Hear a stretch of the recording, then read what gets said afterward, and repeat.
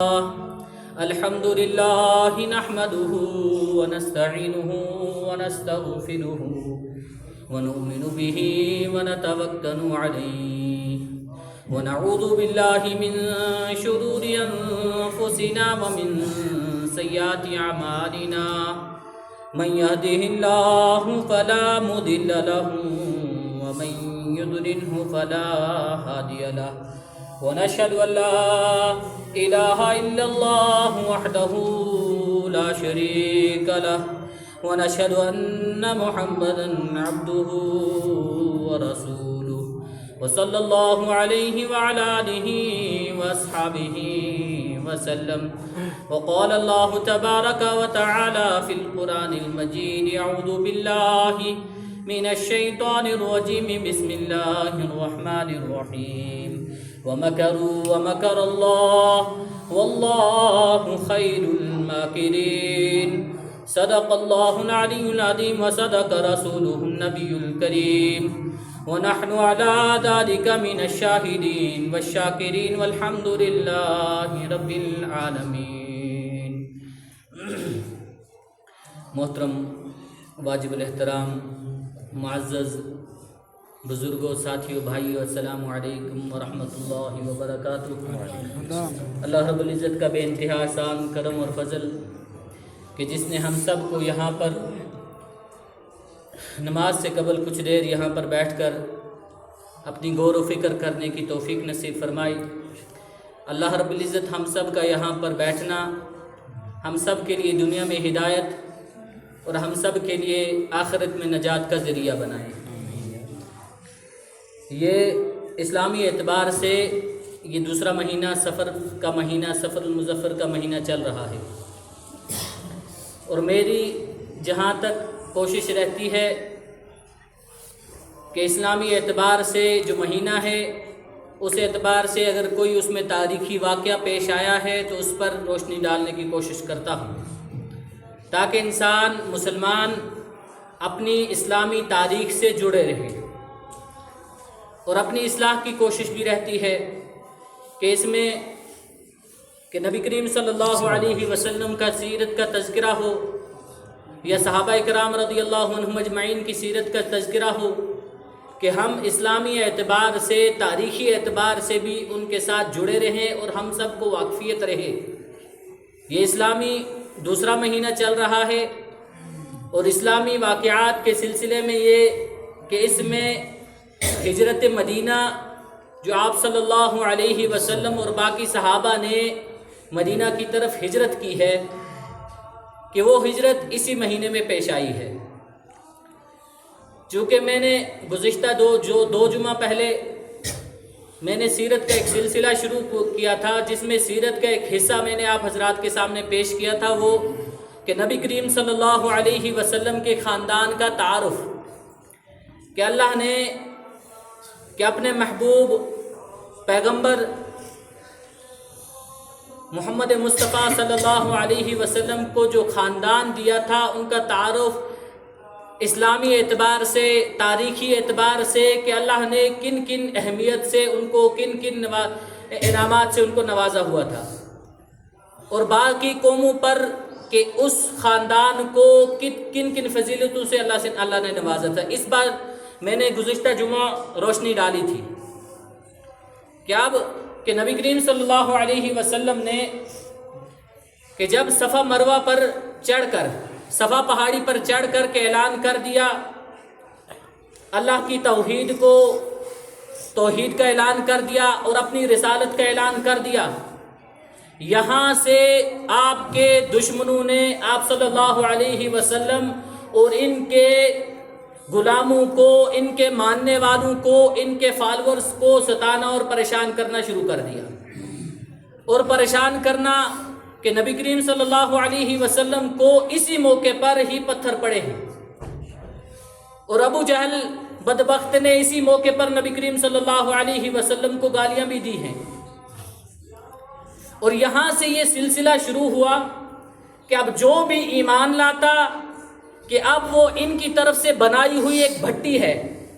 جو تکلیفوں، آزمائشوں کی، پریشانیوں کی بنی ہوئی ایک بھٹی ہے، کہ جو بھی اسلام قبول کرتا یہ لوگ اس بھٹی میں اس کو ڈال دیا کرتے تھے، یعنی کہ کسی کو ریت، تپتی ہوئی ریت پر لٹانا اور اس کو گھسیٹنا، اس کے اوپر منو وزنوں کے اس کے اوپر پتھر ڈال دینا، کہ یہ صحابہ کی تاریخ سے ہمیں یہ چیزیں ملتی ہیں۔ اور جب یہی پریشانیاں حد سے گزر گئی تو اللہ کے نبی صلی اللہ علیہ وسلم نے صحابہ کو ہجرت کا حکم دیا، اور یہ جو پہلی ہجرت کا حکم ہوا ہے یہ ہجرت حبشہ ہے، کہ حبشہ کی ملک حبشہ کی طرف ہجرت کرنے کا حکم دیا، جس میں روایتوں میں آتا ہے کچھ صحابہ نے ملک حبشہ کی طرف ہجرت کی ہے، اور یہ چیز کفار کو راس نہیں آئی کہ لوگ یہاں اسلام قبول کرتے ہیں، مسلمان ہوتے ہیں، ہماری تکلیفوں سے ہم سے بچ کر یہ دوسرے ملکوں میں جا کر سہارا لے رہے ہیں اور وہاں جا کر اپنے دین کا پرچار کر رہے ہیں۔ یہ ان کفار کو یہ چیز بھی راس نہیں آئی۔ روایتوں میں آتا ہے کہ جو چنے ہوئے لوگ ملک حبشہ پہلے گئے ہیں ہجرت کر کے، کہ ان کے بارے میں روایتوں میں آتا ہے کہ ان کفار نے ایک افواہ پھیلا دی ملک حبشہ جا کر کہ اب مکہ میں مسلمان امن سے رہ سکتے ہیں، اب جو اسلام قبول کرے گا اس کو وہاں پر کوئی تکلیف نہیں ہوگی۔ روایتوں میں آتا ہے کہ یہ جب مسلمان جو وہاں ملک حبشہ میں چلے گئے ہیں، جب انہوں نے یہ خبر سنی، خوشی محسوس ہوئی کہ ہمیں اب امن ہے، ہمیں اب پریشانی نہیں ہے، ہم واپس چلے جائیں مکہ میں، چونکہ نبی کریم صلی اللہ علیہ وسلم سے دوری کوئی صحابی پسند نہیں کرتا تھا، اور یہ ملک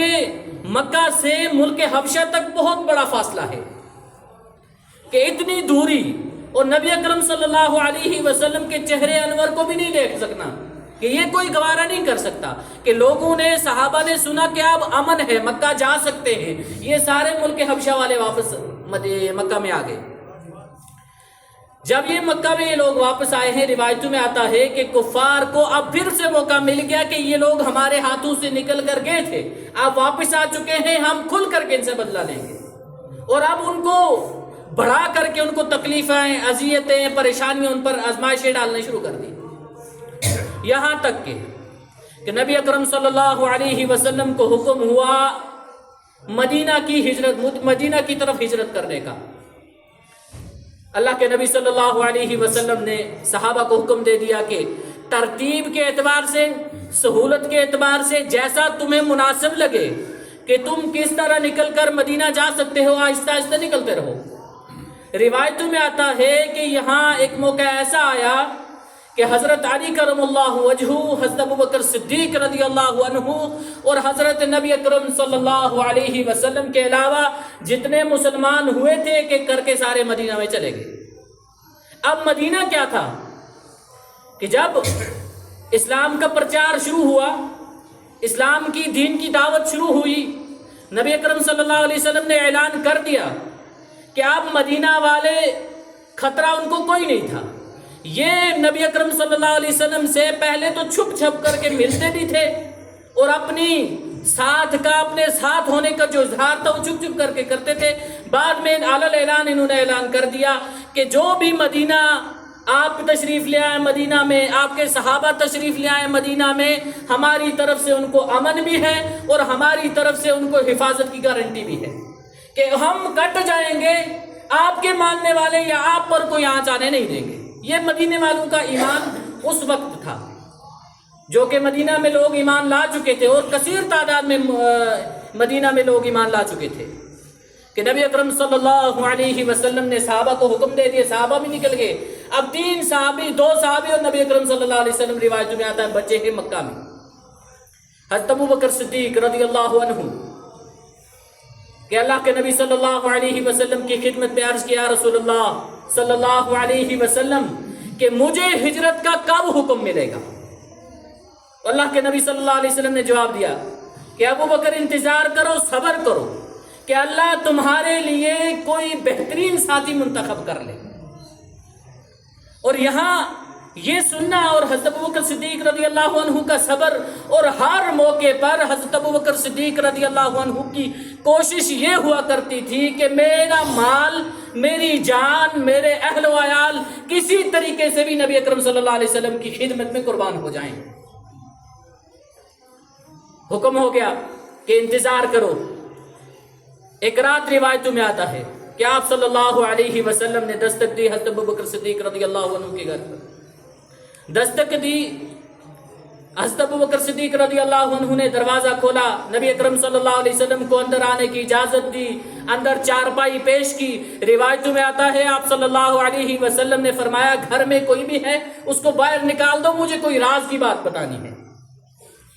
حضرت ابوبکر صدیق رضی اللہ عنہ فرمانے لگے یا رسول اللہ میرے گھر میں جو ہیں میری بچیاں ہیں، میں ہوں، میری والدہ ہے، میرے گھر میں کوئی بھی ہیں، یہ آپ کے سارے کے سارے آپ کے رازدار ہیں، کسی ایک سے بھی روح اس کے جسم سے نکل جائے گی راز نہیں نکلے گا۔ ان کا ایمان اس موقع پر بھی اتنا پختہ ہو چکا ہے کہ روح نکل جائے گی آپ کا راز نہیں نکلے گا۔ اللہ کے نبی صلی اللہ علیہ وسلم نے خوشخبری سنائی کہ ابو بکر ہجرت کی اجازت مل چکی ہے۔ حضرت ابو بکر صدیق رضی اللہ عنہ نے فرمایا رسول اللہ صلی اللہ علیہ وسلم میرے بارے میں کیا حکم ہے، یا آپ کی جو رفاقت ہے آپ کا ساتھ کس کو ملا ہے؟ اللہ کے نبی صلی اللہ علیہ وسلم نے فرمایا کہ جس نے مجھے ہجرت کا حکم دیا اس نے ہی تجھے میرا ساتھی بنا دیا۔ یہ حضرت ابو بکر صدیق رضی اللہ عنہ کا مقام ہے، اور یہ مقام کوئی ایسے نہیں ملا ہے کہ ادھر تیاری کا حکم ہو گیا کہ میں رات کسی موقع پر بھی آؤں گا، کسی وقت بھی آؤں گا، تو ہمیں سفر کی تیاری کر کے رکھنا، کسی وقت بھی ہم نکل جائیں گے۔ روایتوں میں آتا اللہ کے نبی صلی اللہ علیہ وسلم گھر میں تشریف لے گئے۔ ادھر دار الندوہ، یہ دار الندوہ آج کے اعتبار سے ایک پنچایت گھر ہے، آج کے اعتبار سے جہاں پر ایک حلقے کی پنچایت ہوتی ہے وہاں پر مشورہ ہوتا ہے، یہ دار الندوہ کے کچھ شرائط تھے، اور دار الندوہ کے شرائط یہ تھے کہ اس کے جتنے بھی ممبر تھے ان ممبروں کو ان کی عمر 40 سال سے اوپر ہونا لازمی ہے۔ اگر 40 سال سے نیچے کوئی اس دار الندوہ میں اندر جا نہیں سکتا تھا، اس کو اجازت نہیں تھی، سوائے ابو جہل کے، کہ ابو جہل کو اس کی عقل مندی کی وجہ سے یہ خصوصیت ملی تھی کہ وہ دار الندوہ میں داخل ہو سکتا تھا، ان کے ممبروں میں، اس ممبروں میں وہ ابو جہل بھی شامل تھا۔ روایتوں میں آتا ہے ادھر تیاریاں ہو رہی ہیں، ادھر دار الندوہ میں لوگ بیٹھے ہوئے ہیں، اور یہ ممبر بیٹھے ہوئے ہیں جو چنندہ ان کی طرف سے ممبر بنائے گئے ہیں، یہ خفیہ مشورے کے لیے بیٹھے ہیں۔ روایتوں میں آتا ہے یہ دیکھ رہے ہیں کہ ان ممبروں میں ایک آدمی نجدی شیخ خوبصورت جبہ پہنے ہوئے ان کے بیچ میں بیٹھا ہوا ہے، کہ یہ ان کے بیچ میں بیٹھا ہے، سارے پریشان، یہاں تو کسی کو اجازت ہے ہی نہیں، کوئی باہر سے آ نہیں سکتا، یہاں پر ہمارا خفیہ مشورہ ہونے جا رہا ہے۔ یہ ایک شیخ کی شکل میں یہ آدمی کون ہے؟ اس سے پوچھا گیا تو کون ہے؟ یہ کہتا ہے میں نجد کا شیخ ہوں۔ یہ سفید ریش اور جبے والا ابلیس لعین شیطان ہے، یہ کہتا ہے میں نجد کا شیخ ہوں، تمہارے بیچ میں بیٹھا ہوا ہوں، تم رائے دو گے، ہو سکتا ہے میں بھی کوئی رائے دے دوں، تمہیں پسند آئے لے لینا، نہیں پسند آئے تو مجھے باہر نکال دینا، کوئی پریشانی نہیں ہے۔ اب یہ لوگ بھی سمجھنے لگے کہ یہ تو ہمارا ہمسایہ بھی نہیں ہے، نجد بہت دور ہے، اگر ہمارا کوئی راز لیک بھی ہو جاتا ہے، اس کو پتہ بھی چل جاتا ہے، ہمیں کوئی خطرہ نہیں ہے۔ انہوں نے مشورہ شروع کر دیا، اور مشورہ یہ تھا کہ اسلام اور پیغمبر اسلام محمد مصطفیٰ صلی اللہ علیہ وسلم اور ان کے پیروکاروں کو کیسے روکا جائے، یہ مشورہ ہو رہا ہے۔ روایتوں میں آتا ہے ایک شخص نے کھڑے ہو کر رائے دی کہ میری رائے یہ ہے کہ تم محمد کو ایک گھر میں قید کر لو، اس قید میں بھوک کی وجہ سے، پیاس کی شدت سے وہ انتقال کر جائے گا، ہم پر کوئی آنچ نہیں آئے گی، ہماری پریشانی بھی ختم ہو جائے گی۔ ساروں نے اس بات پر لبائی کہہ دیا کہ ٹھیک ہے، یہ رائے ٹھیک ہے، بہتر ہے۔ اب یہ جو نجد کا شیخ ان کے بیچ میں بیٹھا ہوئے ابلیس لعین، یہ اس رائے کو اس پر لبیک نہیں کہا، اس کو اعتراض کہ یہ جو تم رائے دے رہے ہو اور تم کہتے ہو یہ جو محمد ہے اس کا کلام اتنا میٹھا ہے، اس کے کلام میں اتنا سحر ہے، ایسا جادو ہے کہ جو سنتا ہے اس کے گرویدہ ہو جاتا ہے، تم کہتے ہو تم اس کو قید میں ڈالو گے، یہ جو اس کے ماننے والے جانیں قربان کر دیں گے، اپنے گلے کٹوا دیں گے، اس کو قید میں رکھنا گوارا نہیں سمجھیں گے، کہ یہ بہتر رائے نہیں ہے۔ سب نے کہا ہاں یہ تو بہتر ہے کہ ہم اس کو قید نہیں کر سکتے۔ ایک نے کھڑے ہو کر رائے دی کہ محمد کو تم ملک بدر کر دو، ملک سے باہر کسی دوسرے ملک میں بھیج دو، اس سے یہ ہوگا ہماری ٹینشن دوسرے ملک میں چلی جائے گی، ہماری پریشانی ختم، یہاں وہ دعوت نہیں دے سکا۔ ساروں نے لبیک کہہ دیا، اس نجد کے شیخ نے پھر لبیک نہیں کہا کہ اس پر بھی اس کو اعتراض کہ بے وقوف ہو، تم لوگ ایسے شخص کو یہاں دوسرے ملک میں بھیجو گے جس کی وجہ سے تمہارے ناک میں ہڈی آئی ہوئی ہے، تم پریشان ہو کر بیٹھے ہوئے ہو، اور تم چاہتے ہو اس آدمی کو دوسرے ملک میں بھیج دو گے اور وہاں جا کر کے اپنے دین کا پرچار یہ ختم کر دے گا، روک دے گا۔ وہاں جو لوگ ہیں وہ لوگ بھی اس کے فالوور بن جائیں گے، اس کے ماننے والے بن جائیں گے، اور بعد میں طاقت جمع ہو جائے گی، وہ آ کر تم پر حملہ کریں گے، تمہیں اس میں بھی خطرہ ہے۔ لوگوں نے پھر انکار کر دیا کہ یہ رائے بھی بہتر نہیں۔ ابو جہل کہ جس عقل مندی کی وجہ سے اس کو ان ممبروں میں جو شرکت ملی ہوئی ہے کہ ان ممبروں میں 20-40 سال سے کم عمر ہونے کے باوجود بھی ابو جہل ان میں برقرار ہے، وہ عقل مندی یہاں پر سامنے آتی ہے کہ اس نے کھڑے ہو کر رائے دی کہ تم نے سب نے رائے دے دی، اب میری رائے سنو۔ ہمارے یہاں پر جتنے بھی قبیلے ہیں اور قبیلوں کے جتنے بھی ممبر ہیں، یہ سارے مل کر اپنے نوجوانوں کو منتخب کریں، بہترین نوجوان کو، طاقتور ترین نوجوان کو منتخب کریں گے سارے قبیلے، اور ایک ٹیم بنے گی، ٹیم بنا کر کے ہم نبی اکرم صلی اللہ علیہ وسلم پر نعوذ باللہ حملہ کریں گے، اس کو قتل کر دیں گے، اور یہ جب قتل ہو جائے گا بنو ہاشم پورے قبیلوں سے نہیں لڑ سکے گا۔ کہ اس پر نجد کے شیخ اسلائین ابلیس نے بھی لبیک کہہ دیا کہ یہ رائے بہتر ہے، اگر قتل ہو جاتے ہیں نعوذ باللہ، اگر قتل کر دیا جاتا ہے، قتل کے بعد وہ مقابلہ تو نہیں کر سکے نبی اکرم صلی اللہ علیہ وسلم کا جو قبیلہ ہے، وہ سارے قبیلوں سے تو مقابلہ نہیں کر سکے گا، لہٰذا بات آئے گی دیت پر، ہم دیت دے کر کے چھٹکارا حاصل کر لیں گے، ٹینشن بھی ختم، ساری پریشانیاں ختم ہو جائیں گی۔ روایتوں میں آتا ہے یہ مشورہ ہو رہا ہے، اور یہاں پر ان لوگوں کا مکر، یہاں پر ان لوگوں کی جو خفیہ تدبیریں اللہ نے نبی اکرم صلی اللہ علیہ وسلم پر واضح کر دی کہ فلاں جگہ پر یہ لوگ تمہارے خلاف خفیہ تدبیریں کر رہے ہیں، مکر کر رہے ہیں، اور اللہ ان سے بہتر مکر کرنے والا۔ مکر کا مطلب یہ مکر اردو والا مکر نہیں ہے، مکر کا مطلب خفیہ چالیں، خفیہ تدبیریں، کہ یہ لوگ جو خفیہ تدبیریں کر رہے ہیں ان سے ہم باخبر ہیں، اور ہم آپ کو اس سے باخبر کرتے ہیں کہ میں ان سے بہتر مکر کرنے والا ہوں، اور میں ان پر مکر کروں گا، میں ان پر خفیہ تدبیریں کروں گا۔ اور خفیہ تدبیریں روایتوں میں آتا ہے، مفسرین علماء لکھتے ہیں خفیہ تدبیریں کون سی ہیں کہ نبی اکرم صلی اللہ علیہ وسلم اور حضرت ابوبکر صدیق رضی اللہ عنہ کو اللہ نے تدبیر کرنے کے لیے مقرر کر دیا۔ اب تدبیریں کیا ہیں؟ اللہ کے نبی صلی اللہ علیہ وسلم یہاں پر مشورہ ہو گیا، تدبیریں ہو گئی، لوگ اس کے لیے تیار بھی ہو گئے، اور یہی رات حضرت نبی اکرم صلی اللہ علیہ وسلم اپنے بستر پر حضرت علی رضی اللہ عنہ کو بستر اپنا سنبھالنے کے لیے کہتے ہیں کہ میرا بستر سنبھالو۔ وجہ کیا ہے؟ یہ کوئی عام بستر نہیں ہے، یہ وہ بستر ہے کہ جس میں پورے قبیلے والے لوگ آ کر حملہ کریں گے، اور اس میں لیٹا ہوا شخص اس کو قتل کر دیا جائے گا۔ یہ کوئی عام بستر نہیں ہے، مگر حضرت علی کرم اللہ وجہہ کوئی آگے سے جس طرح ہم اپنے الفاظ میں اپنے حساب سے چونچنا کوئی نہیں، بالکل نرمی سے مان لیا۔ وجہ اس کی یہ تھی کہ نبی اکرم صلی اللہ علیہ وسلم کے اتنے دشمن ہونے کے باوجود یہ لوگ سارے کے سارے مکہ والے، کفار مکہ، یہ سارے نبی کے دشمن ہیں، اور دشمن بھی ایسے ہیں کہ یہ ایسی ایسی خفیہ تدبیریں کر رہے ہیں۔ اس کے باوجود ہوئی کہ نبی اکرم صلی اللہ علیہ وسلم کے امین ہونے پر ان کو اتنا بھروسہ تھا کہ ان کی امانتیں نبی اکرم صلی اللہ علیہ وسلم کے پاس تھیں، اور ان کی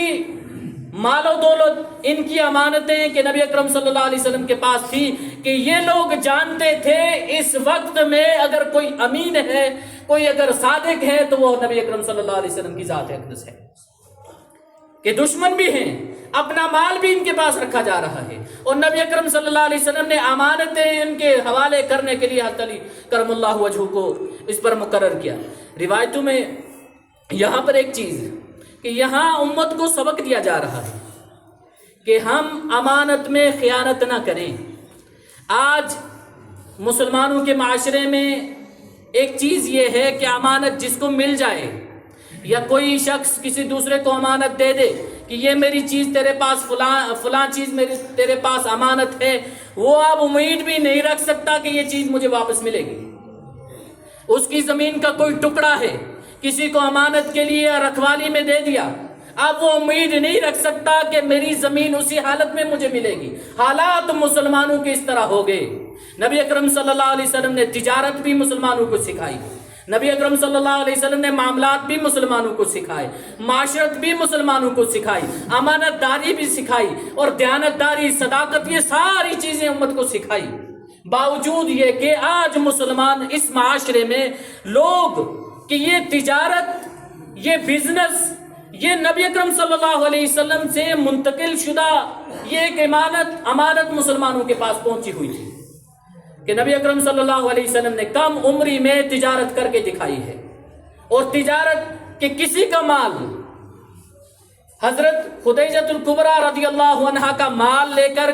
دوسرے تیسرے ملک میں جا کر کے اس مال کی تجارت کرتے ہیں، اور کر کے دکھایا، اس مال میں امانت داری بھی دکھائی۔ اس کی تفصیل بہت بڑی تفصیل ہے کہ وہ کہاں گئے، کتنا مال تھا اور مال میں نفع کتنا آیا۔ اس نفع کی وجہ سے حضرت خدیجہ الکبریٰ رضی اللہ عنہ متاثر ہوئی، بعد میں بہت سارے نبی اکرم صلی اللہ علیہ وسلم کے واقعات سنے، جس کے بعد ان کا نکاح ہوا ہے، نکاح کا پیغام بھیجا ہے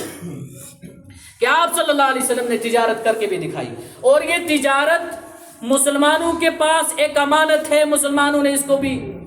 پس پش ڈال دیا، امانت پہ خیانت کرنا شروع کر دی۔ آج کے حالات سے ہر کوئی واقف کہ کئی سالوں سے حلال کے نام پر ہم حرام کھا رہے ہیں، کہ تاجر، بزنس مین کہ یہ حلال کے نام پر ان حلال کی پیکیجنگ میں ہم تک حرام چیزیں پہنچائی جا رہی ہیں۔ جس چیز کو شریعت نے، دین اسلام نے حرام قرار دے دیا، حرام بھی واضح ہو چکا ہے، حلال بھی واضح ہو چکی ہے، بیچ میں کچھ چیزیں ایسی ہیں جو مشتبہ ہیں، کہ مشتبہ کے قریب جو بار بار جاتا ہے قریب ہے کہ وہ حرام کی طرف بھی جائے گا، اور کچھ چیزیں دین اسلام میں مشتبہ ہیں، اور کچھ چیزیں ایسی ہیں جن کو بالکل ہی حرام کر دیا۔ جانوروں کے اندر کچھ چیزیں بالکل حرام ہیں، کہ آج کے معاملے میں جو آج معاملہ چل رہا ہے کہ ہم تک پہنچنے والا گوشت اسی حرام چیز سے بنا ہوا ہم تک پہنچ رہا ہے، اس پر کسی نے تحقیق نہیں کی، اور یہ کوئی پیچھے سے کوئی غیر مسلم طاقت اس کے پیچھے نہیں ہے کہ وہ کٹ کر کے ہم تک پہنچا۔ اس میں بھی مسلمان ملوث ہیں کہ اس تجارت کو، اس امانت کو، اس میں خیانت اس طرح کر دی کہ اپنے مسلمان بھائیوں کو حلال کے نام پر حرام کھلانا شروع کر دیا۔ اور اس پر بھی بس نہیں ہے، یہاں تک کہ کچھ سال پہلے حضرت شیخ الحدیث مفتی نذیر احمد قاسمی صاحب، ان کے بارے میں ان کا بیان کہ انہوں نے اپنے ایک بیان میں ایک واقعہ سنایا کچھ سال پہلے، آج کی بات نہیں، کچھ سال پہلے، کہ انہوں نے ایک واقعہ بیان کیا کہ دلی سے ایک مسلمان کشمیری مجھے فون کر کے یہ کہتا ہے کہ میرے لیے دعا کرو۔ میں پہلے تاجر تھا، مرغوں کی تجارت کرتا تھا، کاروبار کرتا تھا۔ جموں میں پہنچتے ہوئے راستے میں کئی مرغے مر جاتے، نقصان کے ڈر سے ہم اس کو کٹ کرتے، اس کی گردن کاٹ کر صاف کر کے پیک کر کے ہوٹلوں میں پہنچا دیتے تھے کہ ہمارا مال نقصان نہ ہو۔ اور آج اس حال میں پہنچ چکا ہوں کہ میرا ایک اکلوتا بیٹا دلی کے ہسپتال میں یہ ایڈمٹ ہے، بون کینسر کی وجہ سے بچنے کی کوئی امید نہیں ہے، آپ میرے لیے دعا کر دیں۔ اور مفتی صاحب کہتے ہیں کہ اس نے ساتھ میں یہ بھی کہہ دیا کہ اب مجھے یہ بھی امید نہیں ہے کہ دعائیں بھی قبول ہوں گی، کہ میں نے اپنے مسلمانوں کے ساتھ اتنا بڑا دھوکہ دیا۔ کہ یہ حال مسلمانوں کا، معذرت کے ساتھ، کہ ہم تجارت کو امانت سمجھیں، اور یہ تجارت ہم تک جو امانت پہنچی ہے نبی اکرم صلی اللہ علیہ وسلم نے کر کے دکھائی، اور اس تجارت پر بشارتیں بھی سنائی اور وعیدیں بھی سنائی کہ سارے کے سارے تاجر فاسق ہیں سوائے اس تاجر کے، اس بزنس مین کے جو ایماندار ہو، صادق ہو، سچا ہو، ایمانداری سے کام کرنے والا ہو۔ اور فرمایا یہ ایماندار تاجر کل قیامت کے دن نبیین، صدیقین اور شہداء کے ساتھ ان کے ممبروں پر بیٹھے ہوئے ہوں۔ یہ تجارت کرنے والوں کے لیے کہ نبی اکرم صلی اللہ علیہ وسلم بشارت۔ اجازت کہ اس موقع پر چونکہ موقع ہجرت کا ہے، انسان کہ ہم اپنے حالات کو بھی دیکھیں، ہم اپنے معاشرے میں آنے والی خرابیوں کو بھی دیکھیں اور اس سے بچنے کا طریقہ اور تدبیریں بھی ہم بنائیں. ہم بیماری سے بچنے کا طریقہ اور تدبیریں بنا لیتے ہیں. ہم کسی دشمن سے بچنے اور اس سے حفاظت کا طریقہ تدبیر بنا لیتے ہیں. ہم ان چیزوں کی بھی کوئی تدبیر بنائیں کہ ہم آنے والے مال کو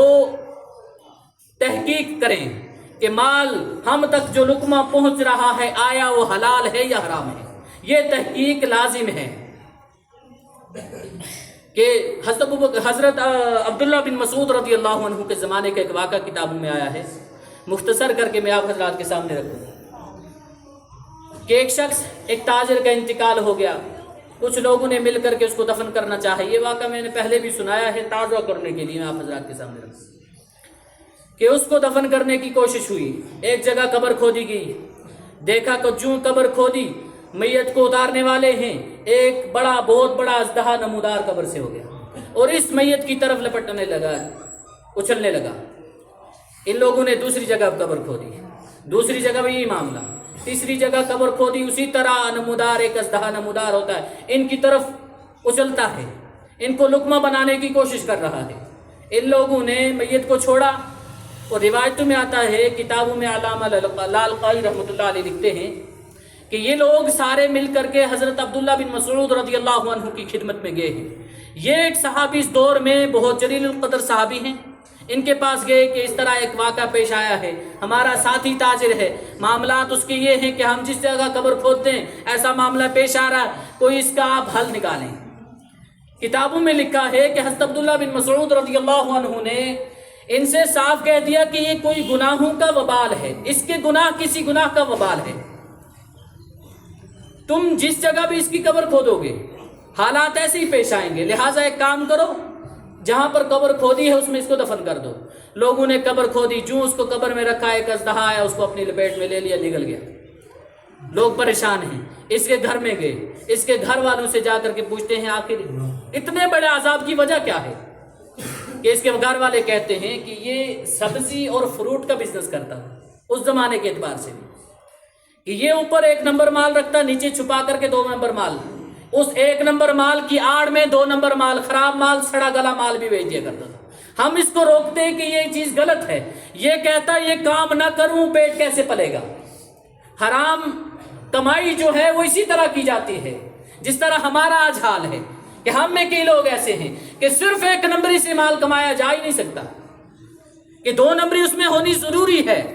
معذرت کے ساتھ یہ کہ ہم سارے کے سارے تاجر ہیں, ہم بزنس کسی حال میں بھی ہم تاجر ہیں, چاہے ہم زمینوں کے سلسلے سے ہوں, ہم کسی بزنس کے سلسلے سے ہوں, کہ ہم تجارت کے معاملے میں جو تجارت کے اصول ہیں نبی اکرم صلی اللہ علیہ وسلم نے سکھائے ہیں اور اللہ نے قرآن میں جو اصول بتائے ہیں ان اصولوں کے اعتبار سے ہم تجارت کریں. اللہ رب العزت اس تجارت میں برکت بھی عطا فرمائیں گے اور یہ تجارت کل قیامت کے دن نجات کا بھی ذریعہ بنے گی.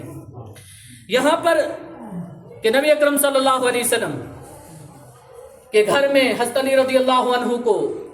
امانتیں ادا کرنے کے لیے چھوڑا, ادھر حضرت ابوبکر صدیق رضی اللہ عنہ کے گھر میں تشریف لے گئے. اللہ کے نبی صلی اللہ علیہ وسلم, روایتوں میں آتا ہے کہ جو تیاریاں تھی, جو تدبیریں تھی, کہ جو حضرت ابوبکر صدیق رضی اللہ عنہ نے پہلے سے ہی ہجرت کے لیے تیاریاں کر لی تھی, کہ وہ تیاریاں اونٹ بھی خرید لیے تھے, ان کی خدمت کر کے ان کو موٹا بھی کر لیا تھا,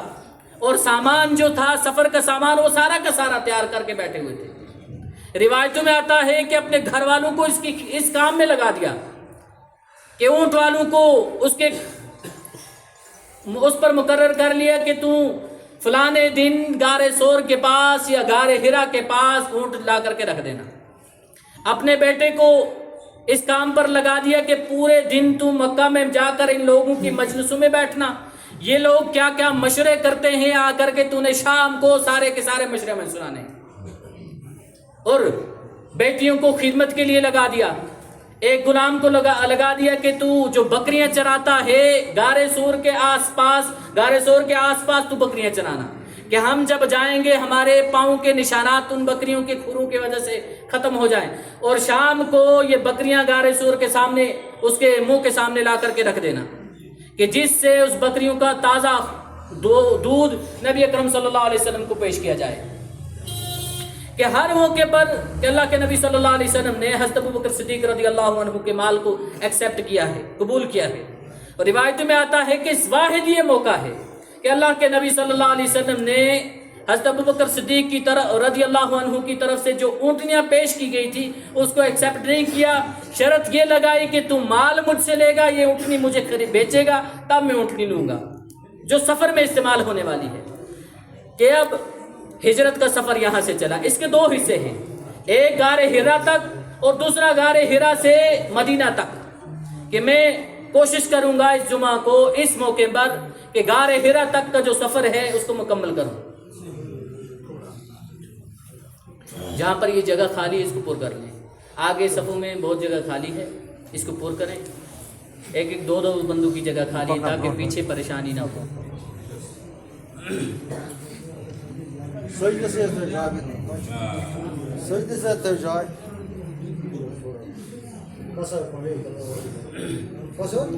یہ جو قافلہ حضرت ابوبکر صدیق رضی اللہ عنہ کے ہمراہ ایک مختصر سا قافلہ کہ نبی اکرم صلی اللہ علیہ وسلم غار حرا کی طرف ننگے پاؤں چل رہے ہیں کہ لوگوں کو اس کی خبر نہ ہو کہ ہمارے پاؤں کے نشانات پر یہ پیچھے سے آئیں گے، کہ ہمارے پاؤں کے نشان ان کو نہ ملیں. اس وجہ سے روایتوں میں آتا ہے اللہ کے نبی صلی اللہ علیہ وسلم ننگے پاؤں چل رہے ہیں. ادھر یہاں تک قافلہ ہے، ادھر کفار کو خبر ہو چکی ہے. کفار نے جب دیکھا کہ اس گھر سے حضرت نبی اکرم صلی اللہ علیہ وسلم نہیں نکلے، اور روایتوں میں آتا ہے جب آپ صلی اللہ علیہ وسلم گھر سے نکلے ہیں جو محاصرہ تھا، جو لوگ اس کے انتظار میں بیٹھے ہوئے تھے کہ نبی اکرم صلی اللہ علیہ وسلم گھر سے نکلیں گے ہم قتل کر دیں گے نعوذ باللہ، کہ اللہ کے نبی صلی اللہ علیہ وسلم گھر سے نکلے کہ اس محاصرے کو دیکھا. روایتوں میں آتا ہے کہ ایک مٹی کی ہاتھ میں مٹی کی اٹھائی ہے اور فاغشیناہم فہم لا یبصرون کہہ کر کے ان لوگوں کی طرف پھینکی ہے. روایتوں میں آتا ہے کہ اللہ نے ان سارے دشمنوں کو اندھا کر دی، پتہ بھی نہیں چلا. نبی اکرم صلی اللہ علیہ وسلم ان کے بیچ میں سے تشریف لے گئے. جب ان لوگوں کو یہ خبر ہو چکی، پورا مکمل پتہ چل گیا کہ اس گھر میں جس کام کے لیے ہم آئے تھے وہ کام تو پورا نہیں ہو سکے گا، کہ نبی اکرم صلی اللہ علیہ وسلم گھر میں موجود نہیں ہیں. حضرت علی رضی اللہ عنہ کو پایا. روایتوں میں آتا ہے کہ یہ لوگ واپس گئے ہیں، انہوں نے جا کر کے کہہ دیا کہ ہماری ناک کے نیچے سے نبی نکل گیا، پتہ ہی نہیں چلا. اب انہوں نے اور تدبیریں بنانی شروع کر دی. اعلان ہو گیا کہ دونوں سے مراد حضرت ابوبکر صدیق اور حضرت نبی اکرم صلی اللہ علیہ وسلم، ان دونوں میں سے کسی ایک کو یا دونوں کو کوئی پکڑ کر کے زندہ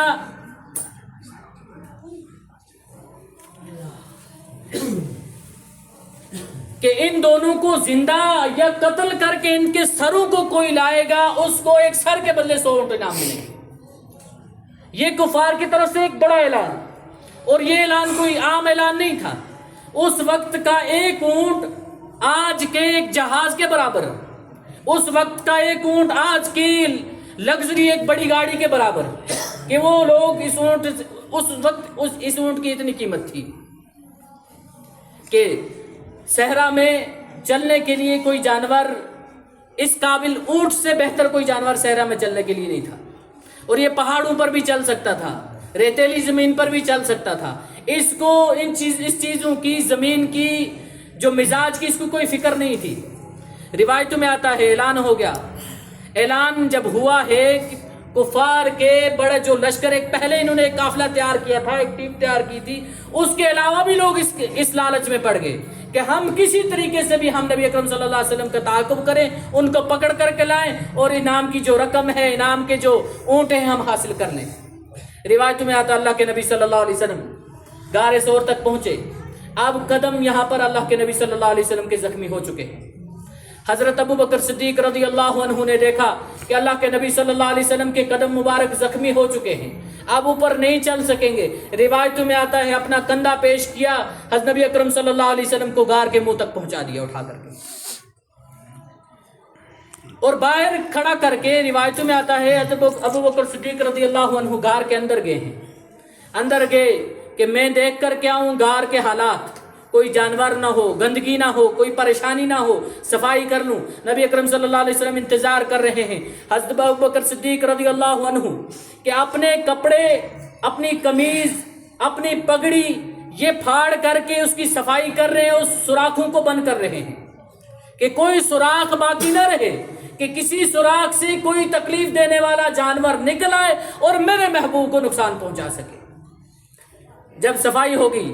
اجازت نبی اکرم صلی اللہ علیہ وسلم سے عرض کیا، رسول اللہ صلی اللہ علیہ وسلم آپ تشریف لا سکتے ہیں۔ روایتوں میں آتا ہے اللہ کے نبی صلی اللہ علیہ وسلم تشریف لے گئے۔ حضرت ابوبکر صدیق رضی اللہ عنہ نے اپنی گود پیش کیا، رسول اللہ صلی اللہ علیہ وسلم اس گود میں سر رکھ کر آپ آرام فرمائیں کہ میں دیکھتا ہوں کوئی باہر سے کوئی دشمن تعاقب میں نہ آ جائے، کوئی نزدیک نہ آ جائے، میں پہرا دیتا ہوں، آپ آرام کریں۔ روایتوں میں آتا ہے کہ قمیض بھی پھٹ کر کے پھاڑ کر کے وہ سوراخوں میں ڈال دی ہے، پگڑی بھی ڈال دی ہے، ایک سوراخ اتفاقاً باقی بچ گیا اور نبی اکرم صلی اللہ علیہ وسلم آرام فرما رہے ہیں۔ حضرت ابوبکر صدیق رضی اللہ عنہ نے وہ جب سوراخ دیکھا ہے، روایتوں میں آتا ہے اپنا قدم مبارک پیر اس پر رکھ دیا کہ یہاں سے کوئی جانور اندر نہ آ جائے۔ روایتوں میں آتا ہے کہ اللہ کے نبی صلی اللہ علیہ وسلم آرام فرما رہے ہیں، حضرت ابوبکر صدیق رضی اللہ عنہ بالکل آرام سے مطمئن بیٹھے ہوئے کہ میرے ہلنے کی وجہ سے نبی بیدار نہ ہو جائیں، ان کی نیند میں خلل نہ آنے پائے۔ روایتوں میں آتا ہے ایک سانپ اس سوراخ سے نمودار ہوا، جس سانپ نے حضرت ابوبکر صدیق رضی اللہ عنہ کے پاؤں مبارک پر ڈس لیا، اور اس زخم کی وجہ سے، اس ڈسنے کی اور اس تکلیف کی وجہ سے کہ حضرت ابوبکر صدیق رضی اللہ عنہ کہ نبی اکرم صلی اللہ علیہ وسلم سے عقیدت اتنی تھی کہ ہل نہیں رہے، آنکھوں سے آنسو ٹپک رہے ہیں، تکلیف کی وجہ سے آنکھیں بہ رہی ہیں لیکن ہل نہیں رہے، آنکھوں سے آنسو ٹپکے، نبی اکرم صلی اللہ علیہ وسلم کی رخسار مبارک پر پڑے، آپ صلی اللہ علیہ وسلم بیدار ہوئے ہیں۔ روایتوں میں آتا ہے کہ اللہ کے نبی صلی اللہ علیہ وسلم سے رونے کی وجہ پوچھی، آنسو کی وجہ پوچھی، فرمایا رسول اللہ کسی جانور نے مجھے زخمی کر دیا ہے، زخم پہنچا دی ہے۔ روایتوں میں آتا اللہ کے نبی صلی اللہ علیہ وسلم نے اپنے لعاب دہن اس پر لگایا اور انتقال تک، وفات تک اس کا احساس، اس کی زہر کا یا اس کے زخم کا احساس بھی ختم ہو گیا تھا۔ اور یہ نبی اکرم صلی اللہ علیہ وسلم کے معجزات میں ایک معجزہ تھا کہ صحابہ کی جنگوں میں ایک صحابی کی آنکھ کا ڈھیلا باہر آ چکا ہے، نبی اکرم صلی اللہ علیہ وسلم کی خدمت میں آ گیا، رسول اللہ آنکھ باہر آ گئی، اللہ کے نبی صلی اللہ علیہ وسلم نے لعاب نکال کر آنکھ پر لگایا، آنکھ کو پیچھے دھکیل دیا۔ روایتوں میں آتا ہے وہ صحابی جب تک زندہ رہے کہتے تھے مجھے بھول جاتا تھا میری وہ آنکھ کون سی تھی، کہ زخم کا احساس بھی نہیں، نشانی بھی نہیں، یہاں تک کہ میں بھول ہی جاتا تھا میری کون سی آنکھ تھی وہ۔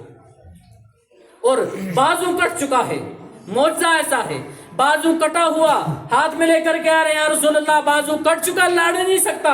اب کس طرح میں دشمنوں سے لڑوں گا۔ روایتوں میں آتا ہے لعاب دہن لگایا، واپس چپکایا، اور وفات تک اس صحابی کے ساتھ رہا، اور کوئی تکلیف نہیں، کوئی درد نہیں۔ ایک ہانڈی ہے، لعاب دہن ڈال اس میں نکال کر ڈالتے ہیں، ہزاروں کی تعداد صحابہ کے لیے وہ ہانڈی ایک مختصر سی ہانڈی پوری ہو جاتی ہے، کہ اللہ نے نبی اکرم صلی اللہ علیہ وسلم کو یہ معجزے عطا فرمائے تھے کہ ان کے لعاب میں بھی برکات تھی۔ ادھر حضرت ابوبکر صدیق رضی اللہ عنہ کے جسم پر لعاب لگا، یہاں سے دشمن تعاقب میں آ چکے ہیں، یہاں تک میں اس واقعے کو رکھوں گا کہ دشمن تعاقب میں آ چکے ہیں، اتنے قریب آئے کہ صحابہ حضرت ابوبکر صدیق رضی اللہ عنہ اپنی آنکھوں سے ان کے قدموں کو دیکھ رہے ہیں، کہ یہ جو غار میں خود بیٹھے ہوئے ہیں ان دشمنوں کے قدموں کو دیکھ رہے ہیں، کہ ان کے قدم ان کو نظر آ رہے ہیں، مگر یہ لوگ ارادہ بھی کرتے ہیں کہ اس غار میں چلے جائیں، اللہ نے انتظام کر دیا، اس غار کے اوپر ایک مکڑی کو مقرر کر لیا، اس نے جالا بن دیا، ایک کبوتر کو اس پر لگا دیا کہ اس نے آ کر اس میں انڈے دے دیے۔ روایتوں میں آتا ہے کہ یہ لوگ جب یہ دیکھتے ہیں، ابو جہل ان سے کہتا ہے بے وقوف ہو، اگر